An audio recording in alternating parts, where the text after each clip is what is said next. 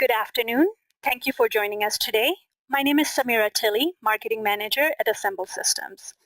Our webinar today will focus on bringing BIM to the field. It is my pleasure to introduce you to Tim Kelly, Product Manager at Assemble. Go ahead, Tim. Thanks, Samira. So today I'm going to go ahead and, as I always do, get started with our agenda. But today's a little bit different, and we're going to go a bit backwards. We're going to dive right into a demonstration of our new mobile app. And then afterwards, we're going to get with our guest speakers and go through ultimately a panel discussion of their experience and how they see the industry using mobile technology in the field. And I hope you guys enjoyed that. And just to get you queued up now, if you want to go ahead and start submitting questions about what you thought about and what your organizations are doing with mobile in the field, whether it be BIM specific or project management specific, feel free to start submitting questions right now. Before I do dig in, for those of you unfamiliar with who Assemble is, we're ultimately a web-based product that allows you to publish, access, and share your model data, your visuals, your sheets, your properties, and ultimately utilize those across the management of your project. So through Assemble, you're providing access to your entire team through a web browser, so no software to install. Ultimately, just connect to the site and access your data. For those of you that weren't on the webinar we did for the live release of our mobile app, Assemble is introducing mobile viewer for your model data. This is on iPad, so iOS, iPad, and iPhone. And what you're able to do is access your site, your projects, and ultimately your model views in one easy-to-use, seamless application built specifically for iOS. So what you're seeing here, and I'm going to go through a demo here in just a second, but just to kind of set it up, you're seeing the Assemble inventory there on the left side, and that's however you have your view structured, your grouping that you might do in Assemble already. That's going to be how that data is rolled up. So in this case, we're grouped by, it looks like bid packages on the left side there, and I have my grouping information and my quantity associated. And then on the right side is our 3D viewer. With this, we've actually did a lot of work to make it seamless to navigate in and through large models. And ultimately, I'll go through that here in just a sec.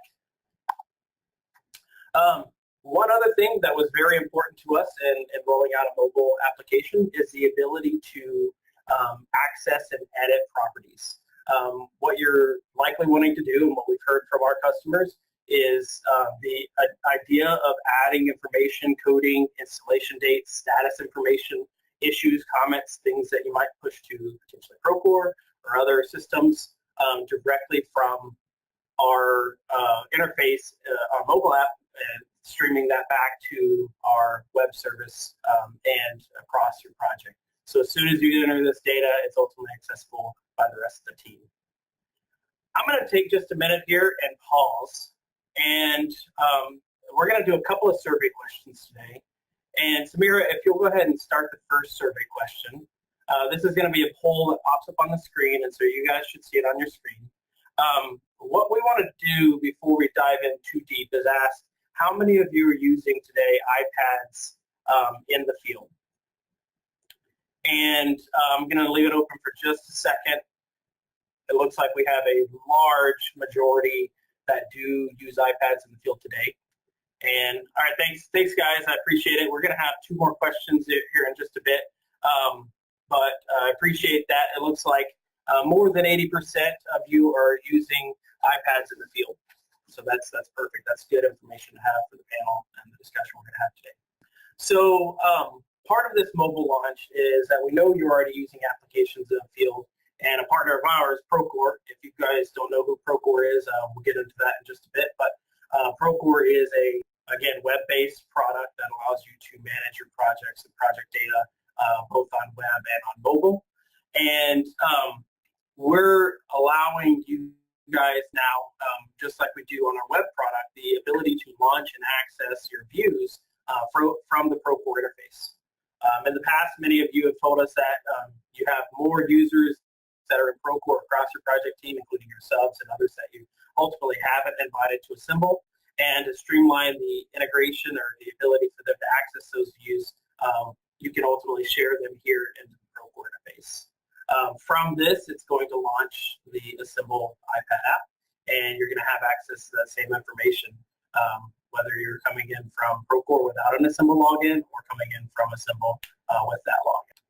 All right, so the meat of my piece today is to go through this demo, and then here shortly after the demo, we'll dig right into our panel discussion. So let me just transition really quick, and I'm going to have a live demo. This is from my iPad, so you guys should now be seeing my iPad on the screen. And this is our application. So as I mentioned, and kind of setting this up, on the left side here, you have your inventory, and I can select things, and I can drill down into individual components. Let's get my wall slightly better.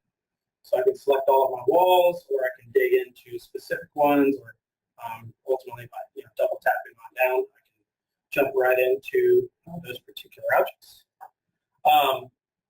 And then, as I mentioned in the navigation, so navigating, you have your typical orbit, pan, zoom that you would expect to see. But we've also done things to really tightly integrate with the rooms that you might have in your model, or applying to objects that you've selected. So I'm going to double tap an object here, and I'm going to say enter. And I can ultimately select an associated room that's attached to a particular object. So when I tap enter dining, it's going to fly me right inside that room. And as I step into a room, I actually can use the gyroscope in the iPad to turn around. So I'm actually in a swivel chair right now, so I'm just turning and spinning around in the room. You do have the ability, if you're actually inside that room and you wanted to do that, you can use your finger to orient yourself to whichever direction you're looking, and then pan and navigate just that way. So we're using the gyroscope there. And another feature, if you look at the far right side of my screen, right in the middle, you see a little paper airplane. It's turned off right now. If I tap that button, it's going to turn it on, and that's actually going to allow me to tilt forward and walk. And again, I can turn side to side and navigate. I can tilt back to walk backwards, and ultimately use the iPad capability to navigate through the model. So I'm going to turn that off really quick, and I'm going to step outside of the room. Many of you guys may need to navigate through a model without using, selection, or it might be a ring deeper inside of the project. And so we've also given you a couple of other options. You can see at the top of my inventory, I have a toggle button where I have objects or rooms. I can select that rooms tab and flip through and ultimately go into individual rooms. And I select the three dots there and say enter room. And that's going to take me right inside of that room. I can search for the room a couple of different ways. So if I say find room, I can just do a type in and search.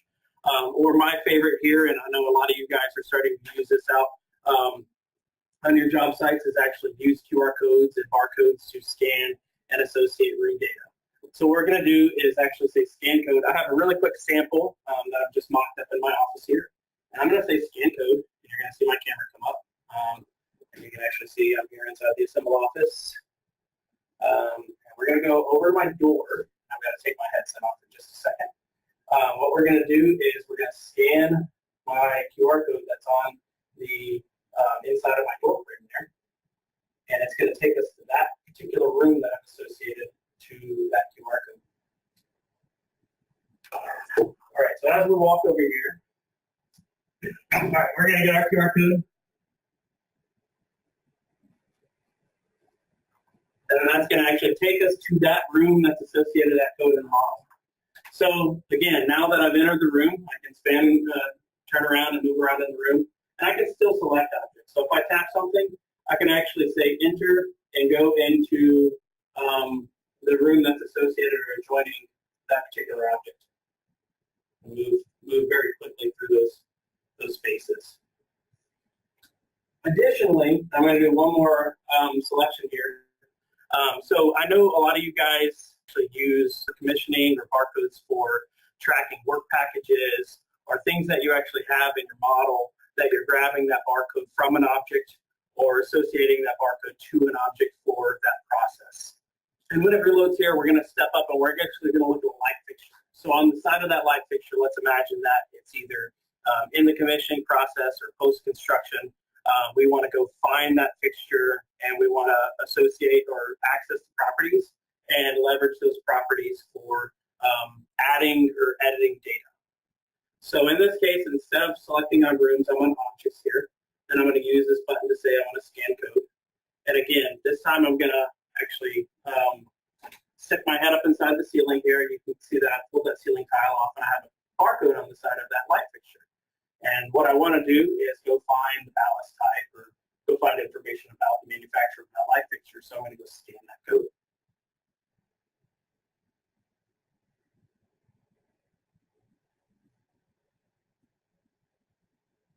All right, so I've scanned the code now, and it's actually selected that particular object. And you can see I actually have the ability to say I want to isolate. And that's going to actually cut a section plane around that object. So anything that you have selected, you can always choose to isolate and section it down. You can control these section planes. If you look at the top and the bottom, we have a vertical and horizontal, and essentially the X and Y and Z directions. And I can turn those on or off. And if you notice here that I've turned off the plane so I can actually see the full floor plan of where that object is selected, I can kind of get more reference about that particular object.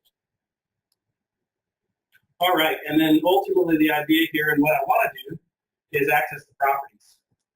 So this is live data pulled from Assemble, so as people are adding or editing properties across their job site, they're accessible here.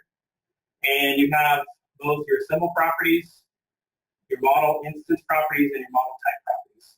And so I can see the assembly code here associated, and you can actually see we have some pretty intelligent structure still. We're using our tree structure and assembly codes, just like we would on our web browser. And so you can associate codes here. Same kind of type of thing, like color override has a color picker. And I have the ability to come in here and look at my ballast information, or add or change any of the properties that I would need to during commissioning process or QA/QC, or ultimately a punch list process type of a mentality. So I have all of this data here: manufacturer information, the model number, everything associated with this light fixture is right here on my mobile device. So in the case that you actually need to go ahead and add a property, if you select that property, you're going to get a list of all of the values that we've used on the model.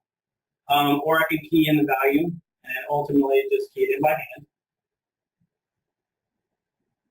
Or just like I scanned the barcode to find a value, I could scan a barcode to associate a value. So I could actually scan a code just to plug those pieces of information into the model. So with that said, I'm going to go ahead and wrap it up here. We'll certainly have questions on this, I'm sure, so we can come back to it in the future or on a future webinar or on a demo after. But I do want to dig into our panel discussion. So what I'm going to do is I'm going to look back over to my slides, and we're going to just jump right into introducing our panel for today. So with me today, I have Raul Gomez, James Satori, and Riley Herman from, respectively, Robbins & Morton, Raging Wire, and Procore.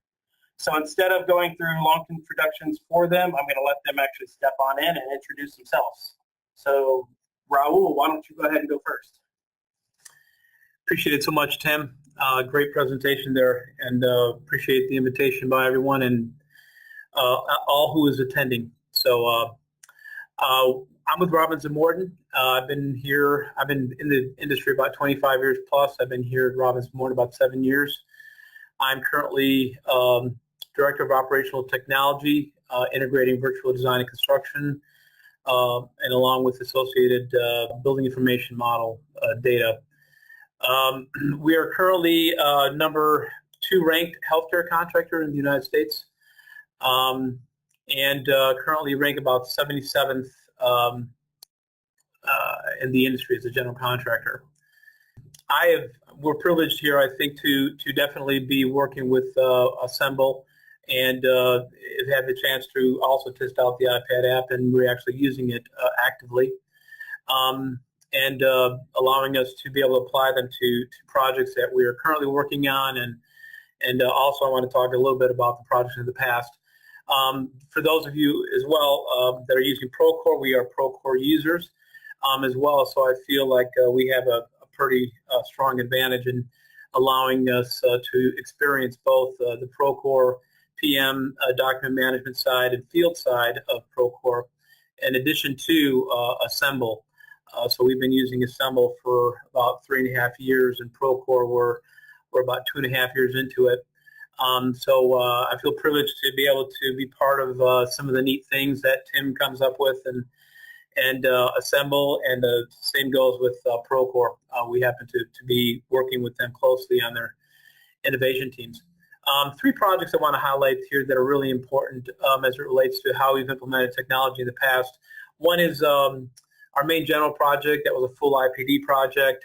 For those of you who don't know what IPD is, it's really a different type of contract that really allows for a tri-party agreement between the owner, architect and engineers, and the general contractor, and we found that process to be very fruitful, and delivering the main general project, what was scheduled to be a 36 deliverable in about 24 to 25 months deliverable. I believe a lot of that had to do with technology. The collaboration that BIM and BIM coordination bring really forces collaboration, and it's really helped us quite a bit on that project, along with other technologies that we've implemented on that, as well as a robotic layout that we did on that project. We tried to model all-in-one model with certain trades, and really worked out well, and that was done about 5 years ago, so it's been a while. One of the ones we're currently working on that I want to highlight is Medical University of South Carolina. That's MUSC. That is definitely one of our premier projects. And we are utilizing every technology we can think of on that project, along with Assemble, along with the iPad as well. And in addition to scanning technology, point cloud data, using it for trying to do as-built with scanning, and also we saw perform concrete, so we're using it for concrete pours. Procore is also part of that project, so we're using every aspect of technology that we can on our projects that we've realized that really bring us benefit. And the Baptist Memorial Project, I'll just quickly highlight that one too. I think that's a strong project. If you can go to the next slide, you were there a second ago. Just to really quickly highlight, this is really all the technologies that we implement as a company. Obviously, when we all started here, the BIM coordination was probably the first and foremost everyone saw value, but it's really gone beyond that now. Obviously, as I mentioned earlier, we're using laser scanning. We're now bringing BIM to the field. We used to use other tools and still do, that at least allowed us to navigate the model. But the iPad Assemble app, I think, is going to take us even further to really bring the metadata into the field. So I'm a big believer of everything that is really important for us is to get the technology in the field and have our projects utilize that technology. Robotic layout is something we do. 4D scheduling we use quite a bit as well. That's really right now with Synchro. We fly drones. We have many drones in the company that we fly all of our job sites. And the estimating piece, where really Assemble started, and they are definitely have grown beyond estimating. Our estimators do use Assemble here in a big way to interrogate the models, to understand what's coming through the models, and virtual reality, that's also what we use too, presentations and field technology. But what you see being highlighted right now is what Assemble now is really stepping into. So the way I look at technology, the way it's worked, is we've been siloed for quite a while as it relates to our software as being separate and really not talking to each other. Assemble's really been active as of late, the past year, really trying to bring it together, and I'm really glad to be a beta test site for them to be doing this. So you can pull point clouds into Assemble now, and you can use the point cloud in many different ways. One of the things I like is the speed to be able to pull in assemble data. Point cloud data into assemble. And I think a lot of that has to do because it's a cloud-based type system. Bringing BIM into the field is what we're talking about today. I think that's powerful to bring the metadata and the model and everything that Tim showed to be active in the field. I think there's a lot that we're going to be moving into. I think the gyro technology, I think, is awesome that we can use that technology there in the field. And there's a lot more to come, like bringing in the 2D sheets and assemble into the field as well. So I'm looking forward to that. The 4D scheduling piece, I'm not sure if many of you know, this might be a little new, but I know Assemble just partnered with P6, and they're working on development of doing 4D scheduling within Assemble. So we're looking forward to that as well. And then the estimating piece, obviously, is where they started. And then last but not least, the partnership that Procore and Assemble currently have is something that we take full advantage of, and working together both with Procore and Assemble to really help drive the direction of where BIM is going eventually into Procore. So making Procore sort of that one product that really can do a lot of different things, but partnering with companies like Assemble. And really for us, it's all about the metadata that's built into the models that we get from architects that we take and enhance and make the models constructible. But really we are using the technologies, I think, that are really helping us quite a bit. For Robbins and Morton, I just want to say it's really great to work with partners like Procore and Assemble. I think it's really helped us quite a bit as a company. Many people have embraced technology and are moving forward with integrating it on our projects. And obviously, at the end of the day, it's all about the owners. I do want to say one last thing. I have a great team here, Robbins & Morton. It's not about me, it's about the team. And I can't say enough about the team that's around me helping push the technology forward. So with that, I want to move it on to James. Let me jump in before James gets going and say, Raul, you just said something at the end there. It's all about the owner.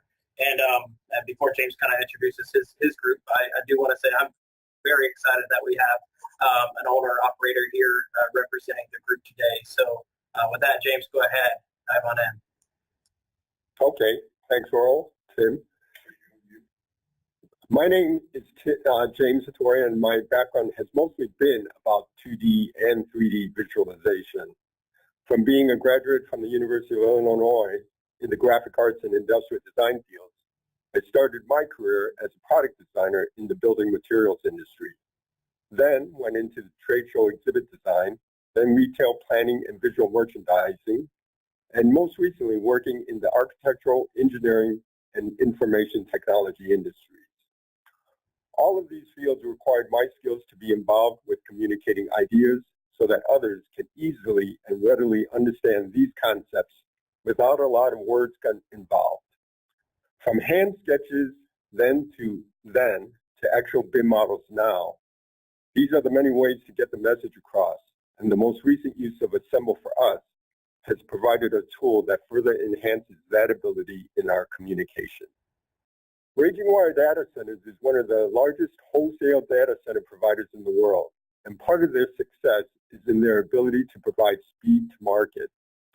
In this fast-growing industry of cloud computing and the Internet of Things, the demand for world-class data centers is growing at an exponential rate. Our ability to continue this pace and control liabilities relies on tools to help us monitor the progress and workflow of our critical facilities from our consultants and contractors, both in their respective design and construction aspects of our projects. As an owner, we are still developing this methodology to implement Assemble as a way to do cost analysis and pre-construction evaluation in the preliminary phases, review and observation during the construction phase services, and eventually facilities management for post-construction and operations. It's a tall order, but we believe this application will assist us as we continue to move in this direction. And as part of the NTT Communications Group, we plan to continue these plans for their network expansion in the U.S. as well as globally. With that, I will turn it over to Riley. Perfect, and I'm going to jump in again. Part of our survey questions actually today include a little bit about Procore. So you're going to see a poll question pop up, and ultimately we're saying, are you guys familiar with or using Procore in any of your projects? And while you guys fill that out, I'll just go ahead and say, I've had the privilege of working with Riley for quite some time before Assemble as a user of Procore. And he actually, I think before in product, was one of our first account managers. So I think we have a good representation, and it looks like we're about half and half that you guys know about Procore or using Procore. And with that said, I'll go ahead and let Riley introduce himself and the Procore team. All right, thank you very much, Tim, and thank you, Samira, and all of Assemble for having me here today, and for everyone attending. It is kind of funny how that works. Having worked with Tim in the past, as an account manager when I first came on to Procore about 3 years ago, and being really confused when I saw his name come up with a different email domain, and now working in the product capacity with Assemble, which is great. So here at Procore, I'm now currently a product manager. Before that, I did work for a little bit with my brother as a general contractor in construction, laboring since about high school, and then went on to study architecture at California Polytechnic State University, San Luis Obispo, and working shortly in that field. Kind of noticed, the inefficiencies of the industry, the lack of adoption of technology, and sort of, always thought that relationship communication and professional communication could be improved. I was always interested in software, and so I looked around and wound up here at Procore. And with that background, was lucky enough to get the opportunity to move into product management of Procore's drawings tool. Procore is drawing-centric, and so we do believe that construction should continue to run as it always has with paper, where you mark up drawings and tie information back to the drawings in the trailer there, where everyone can reference, the latest information. Procore has adopted that philosophy in the digital realm to be, drawing-centric. And while we have many other tools in Procore that you can utilize, from daily logs, submittals, observations, punch, to financials, we do like to tie that all back to the drawings. And we are spread across 3 product lines with product management essentials, quality and safety, and construction financials. What's really exciting about Assemble and having to work with them recently is the power of BIM models, really just taking it a world beyond what 2D drawings can do. Your ability to just instantly comprehend what's happening with a 3D model is amazing, and really looking forward to this. And thank you, Tim, for that demo and for risking your safety climbing up on the table there. I'll hand it back over to you. So we are about halfway through, and this is where I really wanted to get to in the discussion. I do see a few comments coming in that we kind of flew through the iPad demo, and we can certainly answer questions on that and circle back with each of you after the webinar with the demo to your team. But with that said, what I want to do is we're going to turn it back over to Samira to facilitate and manage the questions we have coming in. And I'm going to basically jump on the panel here and discuss what these questions are. Great. Thanks, Tim. So we're going to dive right in. We do have some pre-submitted questions that we want our panelists to address. As a reminder, if you have a question, just enter them in the question panel. Raul, you have been involved with BIM from very early on. What role do you think BIM can play in achieving efficiencies in the field? Yeah, I was an early adopter of Revit, actually a beta test user of Revit too, and worked early on, about 2000, implementing Revit, and I knew that was going to be a game changer in the industry. Interesting that it's taken 17 years to get where we're at. I was hoping it'd be sooner than that, but it's never too late to see some of the good things that are happening now with actually using what I consider the material and building metadata that comes out of Revit. That begins with an architect and an engineer, and then we take that and enhance it and make it more constructible for our needs. But what I think how BIM has really played a role in our company here as a general contractor, it's really allowed us to understand what we're building before we actually physically build it.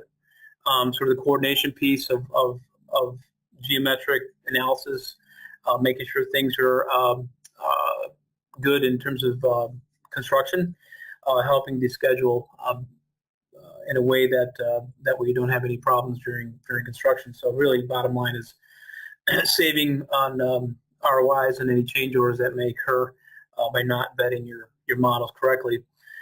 But beyond that, I think where we're going here, and I think we've seen a lot of change the past couple of years as it relates to what we use with the data of our buildings, what are we using with the material data of our buildings, how are we managing it, massaging it to do and to do what we needed to do as it relates to construction, and how does that data flow within our systems. I think Assemble was one of the first out there to really bring Revit and the metadata to non-Revit users, which I think really opened up the technology and that information to people that really didn't want to really use Revit to get to information or data. And it's really been that one piece that I think that it's going to grow from there. So some of the things I highlighted early is being able to utilize the actual component from a model to do an RFI if you want, and link that component directly in Assemble, and let it flow back to the architect, whether it's through Assemble or via Procore, whatever it might be. I think that's really key, is once we have the model and the metadata that's associated to it, where we can communicate forward and backward. Backwards, I think, is going to be key. So. Perfect. Thanks, Ro. Our next question is actually for Tim. How do we get into Assemble using a mobile device? Is there an app, or it has to be online? Well, perfect. That's a good question, and I can actually pull my iPad screen back up. We are an app, but you see here on my main screen in the lower left, I have an Assemble app. When I select the Assemble app, it's going to give me my login screen. You're going to put in your site that's individual to your organization, and then your login credentials. Once you do, you're actually accessing the website of things, our cloud, essentially, and getting access to the projects that you have there.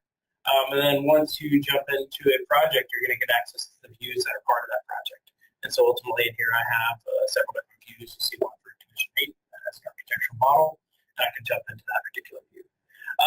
This all is currently accessing the data online, and so you do need connectivity to get into a view. In the very next release that we have, we're working toward enabling offline access. Today we haven't gone through the process to talk with you guys and understand the synchronization that's going to be needed there to re-upload properties from the field, and we're currently working through that now. So I think I saw a separate question about, is there offline access or do you need to be online? And the answer is, for right now, you need to be online, but that certainly will be different in the future. Next question is actually for James. James, your company works on numerous data centers. What are some of the benefits that you're seeing when it comes to having access to a 3D model? Well, the largest benefit I see is the ability to visualize the end product early in the development process. There are many people involved in the design and development of these data centers that relies on both lessons learned and the evolution of the technology that continues to help drive us. Most of us may not have the same experience in interpreting plans, elevations, and sections that most architects and engineers were trained to do. But having a model is more illustrative, and most have a quicker understanding when seeing the same information and context in this 3D form rather than the 2D drawing. Perfect. Thank you, James. Now, another question for you, James. Do you create your own models? Yes, we do. When we first determine a site for a new facility, we usually start with a model based on our latest program requirements and create models for each of the respective disciplines from the beginning, such as the architecture, mechanical, electrical, telecom, and security, and link them together to start the coordination process immediately. And just to jump in on that, James, so you guys as an organization, you're hiring the architect and the contractor. And ultimately you're saying, okay, so you develop the models yourself. You do that before you bring on an architect or during that process when you're ultimately hiring the design team? We usually do that before we hire the architect and contractor. And then we pass it on to them to further develop, or usually they start their own, but at least they get, again, a better understanding of where we are going and our expectations. Perfect. So, and this actually, I think, kind of points to the fact that you guys do repetition and you're building the data center. I think you mentioned before, either one or a couple of them a year. And so you know what you want. And so as an operator of that facility, you have that end goal in mind, and you're going to start that work as early as possible. And that's key. I think starting that work early is key in this process, that as an owner, you recognize the benefit and you're going to say, okay, I'm going to start this, and then I'm going to bring on the right people to take it through the process for our team. Is that kind of what I'm hearing there? Yes, correct. Because originally we had always thought we could possibly do like a prototype design, but the way the market is, and obviously the sites that we have to, let's say, accommodate to, usually we have to basically, I won't say start from scratch, but we have to make modifications, and some of it drastically so. So again, because of that, it's not a cookie cutter job for each facility, for each campus, for multi buildings and multi locations. We have to take into account all of the aspects that might be involved. Okay, that's awesome. Good. Thanks. Next question is actually for Riley. Riley, being a product manager at Procore, I know you speak to many of your customers on a regular basis. What problems are they trying to solve with implementing BIM in the field? Yeah, it's a great question. In talking to many of our clients and visiting them, around the country, a lot of them are dealing with the same problems, which Raul and James alluded to, which really is getting over the hurdle of connecting the field teams with BIM information. BIM modeling hasn't necessarily been simple in the past. A Revit model is not the easiest thing to navigate or the easiest program to use. And what Assemble has done is made viewing this rich BIM information intuitive and simple. And that is what we find most of our clients are trying to do, is connect the field with this VDC or BIM information. Yeah, and I want to jump in there as well and say, Riley just mentioned access and kind of specifically pointed out Revit. And we have been showing Revit models today, but I have seen a handful of questions that came in and asked if this is specific to Revit. And the answer is no. We load other model formats, and you can federate those within our environment. And so as you saw me navigate into a project and into the list of views, those views can either contain, discrete parts of a model. It can contain entire models, or it can contain multiple models. And those models can come from different sources. You can pull in models from AutoCAD MEP or Civil 3D, Revit, etc. So you actually do have the ability to bring in other BIM data that's not specific to Revit. So that is a federated environment that you're seeing in both our website and mobile side. And that really makes you guys a lot more powerful, Tim, because there are several different types of BIM authoring software out there, and what we kept hearing was that these VDC teams might come to a project, and do their work and prepare their own models and edit them. but when their work is done and they leave to another project within their company, that information leaves with them, and the field staff may not be equipped with the technology or the hardware to take advantage of their work, and that BIM model is lost,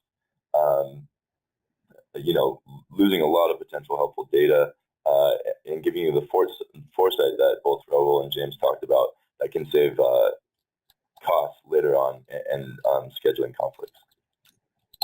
Yeah, absolutely. And let's stay here for just a second.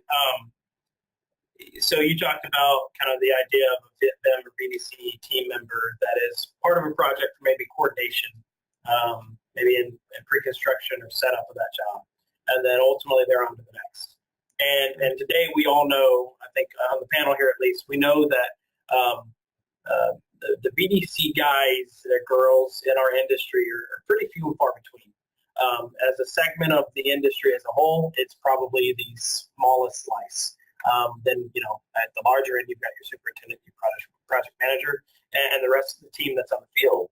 I kind of want to point it over to Raul, and I know, Raul, you guys have done extensive training with your field team members to get them prepped and ready to accept the information created and prepared by the BIM team, and then leverage that and take it further. Can you talk a little bit about that process of introducing BIM to the rest of the team and how that both is accepted or ultimately potentially rejected, and then how that's utilized once they're comfortable? Sure.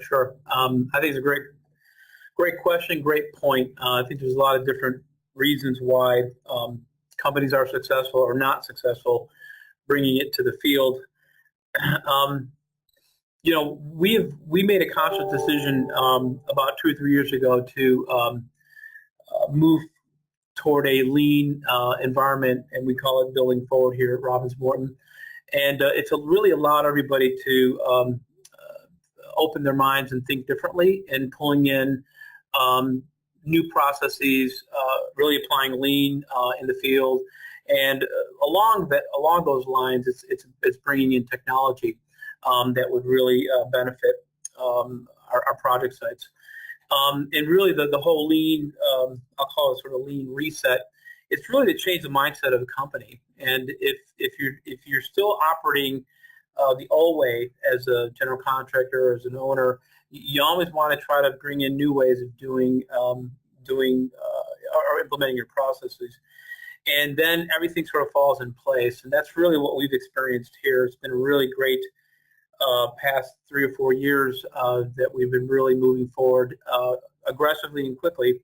And we've also made it a point to go to the job site and get trained. We don't really bring a lot of people into our corporate headquarters anymore like we did before. We feel that the site training has been more effective. And the other piece that I'm sure everybody realizes is that sometimes technology and really doing something new is somewhat generational. And I think everybody realizes that, the younger generation tends to really adapt technology fairly easily than the older, possibly baby boomer age type people. So I think that also you have to take that into account and try to figure out where to best place people in terms of what their ability to learn new technology may be. But it's with all that, we've been pretty successful at bringing it to the field. The other piece is that we've really grown the past 2 or 3 years as a BDC team. And so the more people we have to sort of spread the knowledge and the good news of BDC technology, it's made it a lot easier to really reach out to projects to bring that forth to the project site. And it's been really successful and well accepted on many projects to the point where we're continuing to really expand the use of technology in the field. And last but not least, the simplicity of software is very key. When it was just Revit, and Revit was the only thing that existed with that great rich data, it was really hard to disseminate that data other than having to schedule out whatever you wanted to see in a schedule and give it to someone. Now you no longer need that. Obviously, Assemble, I think, made the biggest impact to bring that good, rich data to the field and to the end users. And I think it's going to just grow from there exponentially. But I hope I answered your question. And like I said, really the people really are embracing here, and we're strong believers in people really making that change, and it's really happened in a good way. Thanks, Raul. Sorry, just staying on top of all the questions coming in for you guys. Tim, can you quickly touch on the process of registering the QR code? Sure. So I think I briefly mentioned it in my demo, but really quick, I'm going to pull up the iPad app again, and let's go to a view, architectural and mechanical. So you have the ability to provide information into any property. So what I'm going to do here is, let's go to a lighting fixture. I'm just going to jump into one instance. And you can do this with one or many. So if you're managing, let's say, a pallet of items coming into a job site, and you want to select all of the components that are on that and associate a QR code from that pallet or an object code from that pallet, you can certainly do that. So what I'm going to do here is I'm going to go into the properties, and I'm going to pick this VE option.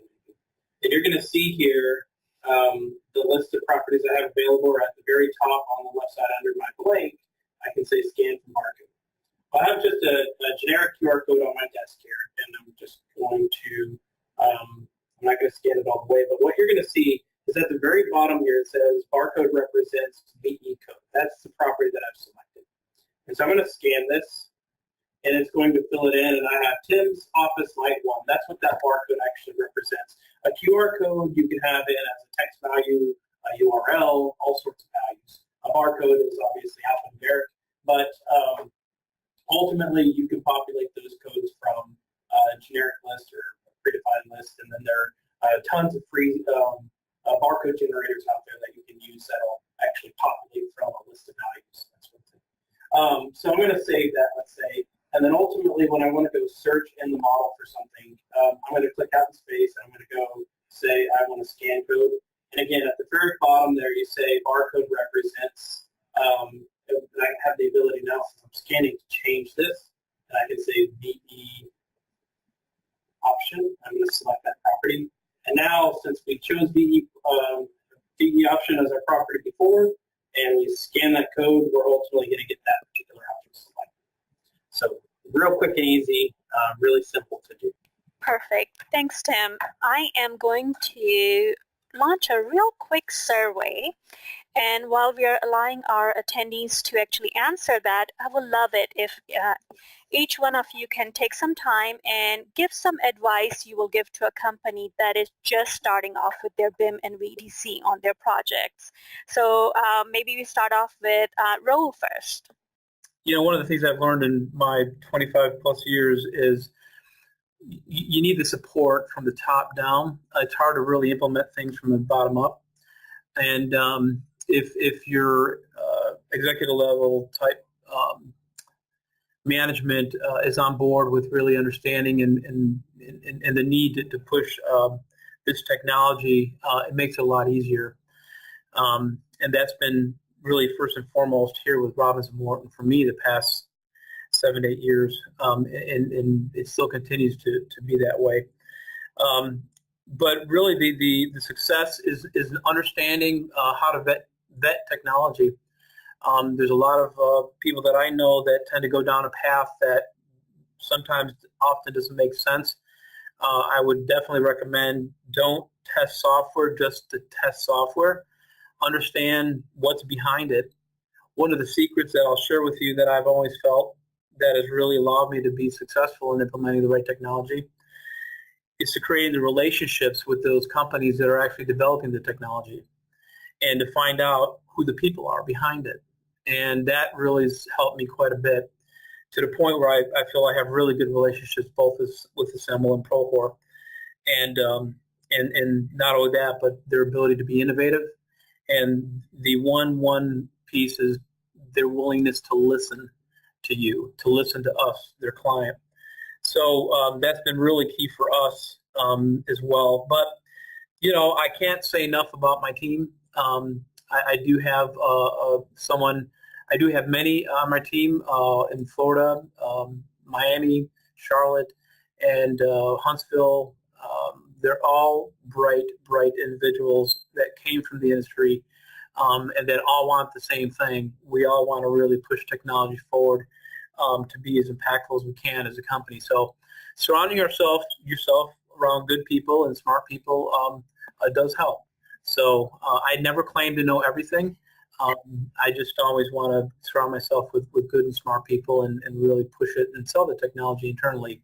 Selling the technology internally is important too. So Beautiful. that's my answer. Beautiful. All right, James, what advice would you give? My advice, to coin a phrase, just do it. With the many applications available today, there's no real reason not to, especially if they will help you visualize your project as it progresses throughout its workflow.